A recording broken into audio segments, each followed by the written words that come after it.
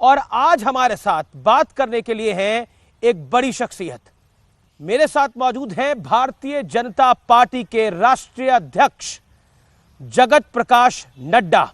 बिहार में चुनाव है, बंगाल की भी बात है, कोरोना की भी बात है और साथ ही साथ बात होगी महाराष्ट्र की भी। तो देश के सीने में जो सवाल है, यानी आपके सीने में जो सवाल हैं, आज उन तमाम सवालों का जवाब देंगे जगत प्रकाश नड्डा, भारतीय जनता पार्टी के राष्ट्रीय अध्यक्ष। नड्डा जी, आपका अभिनंदन है। नमस्कार। नमस्कार। और 2 गज की दूरी, मास्क भी है जरूरी। और मेरा निवेदन है कि आप अपने मास्क को उतार लीजिए अब, क्योंकि बिहार में चुनाव चल रहा है और आप कई सारी रैली में भी गए। पहले चरण का मतदान लगभग हो चुका है। लेकिन इंटरेस्टिंग बात यह है व्यूअर्स कि जगत प्रकाश नड्डा साहब ने अपनी छात्र राजनीति की शुरुआत भी बिहार से ही करी थी। पटना विश्वविद्यालय में आपके पिता भी थे। मैं आपसे जानना चाहता हूं कि आपका बड़ा पुराना रिश्ता है बिहार से, और इस बार आपके सिर पे जिम्मेदारी भी है उधर सरकार बनवाने की। जी बिल्कुल। एहसास क्या है, देखिए, पब्लिक की नब्ज क्या है? देखिए, जहाँ तक पब्लिक का सवाल है, बिहार की जनता बहुत ही जागरूक जनता है, अपने भविष्य को सुरक्षित करना जानती है जी। और समय ने इस बात को बताया है बिहार में बारंबार कि नीतीश जी ने बिहार को पटरी पर ला करके विकास के साथ जोड़ने का प्रयास किया है जी। और जब नरेंद्र मोदी जी का आशीर्वाद रहा है तो बिहार तीव्र गति से विकास की ओर बढ़ा है। और जब लालू जी का राज रहा, आरजेडी का राज रहा, तब अराजकता भी आई है और बिहार पीछे की ओर गया है और उसके साथ साथ विकास में बाधा भी आई है। और बिहार को बहुत उस समय जिसको कहा जा सकता है कि एक बदनामी भी सुननी पड़ी, देखनी पड़ी और एहसास करनी पड़ी। पर नड्डा जी, आप आज बिहार जो है जी, वो इन सब चीज़ों के प्रति बड़ा जागरूक है जी, कॉन्शियस है और वह अपने एस्पिरेशंस को साकार करने के लिए एक ऐसे साथी के साथ और ऐसी सरकार के साथ आगे बढ़ना चाहता है जो उस विकास की गति को आगे बढ़ाए। और उस विकास की गति को आगे बढ़ाने में नरेंद्र मोदी जी का जो बिहार में जी, जो प्यार, जो लगाव, जो विश्वास लोगों का है वो अटूट है। और साथ में नीतीश जी का ग्राउंड लेवल पर मोदी जी के द्वारा किए गए विकास कार्य को इम्प्लीमेंट करने में इनका भी एक बहुत बड़ा योगदान है। And he is considered to be a serious leader who implements things in letter and spirit. क्योंकि आपकी स्कूलिंग भी पटना से हुई, आप पटना में काफ़ी आपने स्टूडेंट पॉलिटिक्स, छात्र राजनीति भी करी, तो क्या वाकई आपको लगता है कि इस कनेक्ट का भी बिहार में आपको कुछ फ़ायदा मिल रहा है जब आप ज़मीन पर उतर रहे हैं, या फिर आपको लगता है कि ये आपके लिए थोड़ी ज़्यादा मुश्किल है?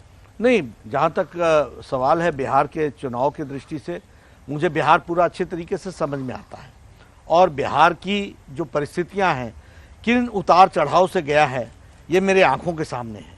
इसलिए मुझे वो लोगों को समझाने में ना दिक्कत होती है, क्योंकि मुझे कोई उदाहरण की ज़रूरत नहीं है, मुझे कोई पढ़ने की ज़रूरत नहीं है, मुझे कोई उसके इतिहास में जाने के लिए किसी से कोई ट्यूटर लेने की ज़रूरत नहीं है।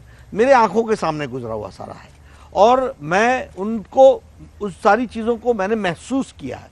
इसलिए जहाँ तक बिहार का सवाल है और बिहार के लोगों का सवाल है, वो भी जानते हैं मुझे कि इस छात्र राजनीति मैंने वहाँ की, शुरुआत मेरी वहाँ हुई और उसके साथ साथ मैंने वहाँ के आंदोलन में अपने आप को पार्टिसिपेट किया।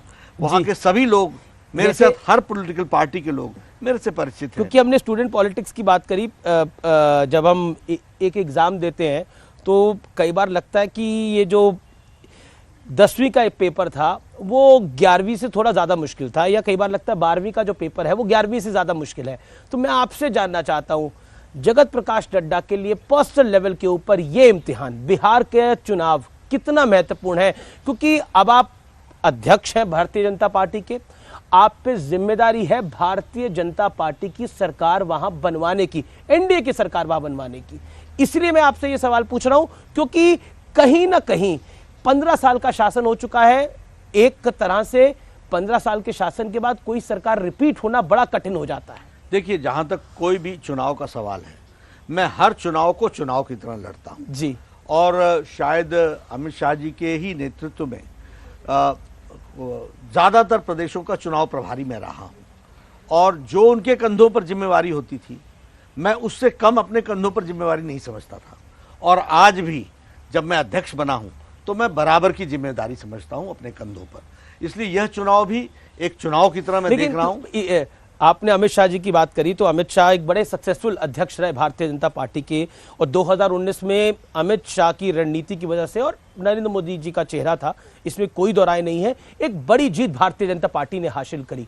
अब आप अध्यक्ष हैं और कहीं ना कहीं मुकाबला अमित शाह से करा जाता है, आप स्वयं ना करें लेकिन आप एक आंकलन में करा जाता है, तो क्या आपको लगता है कि वाकई ये जिम्मेदारी बहुत बड़ी है? मैं काम की तरफ ध्यान रखता हूं और चुनाव को चुनाव की तरह लड़ रहा हूं जी। इसलिए अपनी जिम्मेवारी को बखूबी निभाऊंगा और पूरी ताकत के साथ निभाऊंगा, इसकी चिंता करूंगा। तो अमित शाह जी से सलाह लेते रहते हैं? बिल्कुल, मैं कोऑपरेटिव तरीके से काम करता हूं, सबका साथ लेकर के काम करता हूं जी। और हमारे यहाँ काम करने का तरीका भी यही है कि हम सभी साथियों को अपने साथ लेकर के चलते हैं।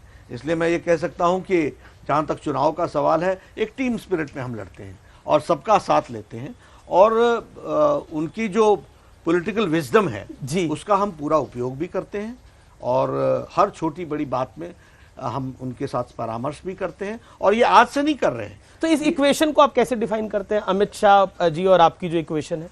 बहुत अच्छी इक्वेशन है और आज की नहीं है। युवा मोर्चा में हम सब साथ थे, जब मैं राष्ट्रीय अध्यक्ष था तो भी वो युवा मोर्चा में थे और वरिष्ठ पदाधिकारी थे। हम सब लोग एक साथ मिलकर के काम करते हैं। जब वो राष्ट्रीय अध्यक्ष बने तो मैं उनके साथ महामंत्री रहा हूं और मैं उनके द्वारा दिए गए काम की जिम्मेवारी निभाता रहता हूं। कम्युनिकेशन, डायलॉग, अंडरस्टैंडिंग, ये सब चीज़ें हमारी पार्टी में एक रीति नीति में बसी हुई चीज़ें हैं, एक जिसको हम कहते हैं हमारे सिस्टम्स में ये है। इसलिए इस सिस्टम्स में से जो निकले हुए हम लोग हैं उनके बीच में ये सब छोटी बड़ी बातों का परामर्श होना और सबके परामर्श को अपने साथ जोड़ करके चलना, यह एक हमारे परंपरा रही है और उसको मैं भी निभा रहा हूँ। आप एक इंटरेस्टिंग एनेक्डोट भी करते हैं कई बार